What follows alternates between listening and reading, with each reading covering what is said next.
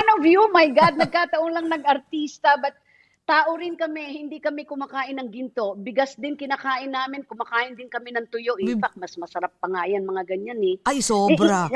Kaya lang, Oo.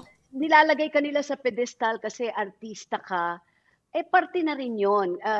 Ngayon, bilang artista naman, may responsibilidad ka rin sa tao. That's Alam so mo, hindi ko true. sabihin. Dahil That's so true. kaming mga artista, ang lakas kasi ng influensya namin sa tao. Yes, Dahil yes, that's since so true. hinahangaan ka, ginagaya nila halos o sinusunod nila yung sinasabi mo. That's why kami mga artista may responsibilidad sa audience namin. We should also be responsible and be very, very careful sa pagbitiw ng mga salita That's o so mga true. dapat gawin. Kasi gagayahin kami. That's why Gagayahin ka talaga. kailangan Totoo yan. careful. Oo, careful kami Gagayahin ka talaga. May isang ang tanong dito si Elton Lugay. So, what's the biggest misconception about you po? Minsan nakala nila masyado kong mabait.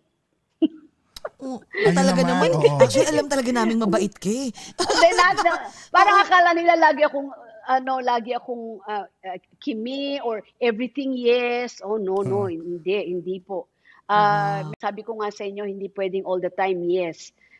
Dapat matuto rin tayo mag-no. Nagagalit din ako. Hindi kasing lalong Normal na tao pa rin po ako. Nagagalit at marunong magalit.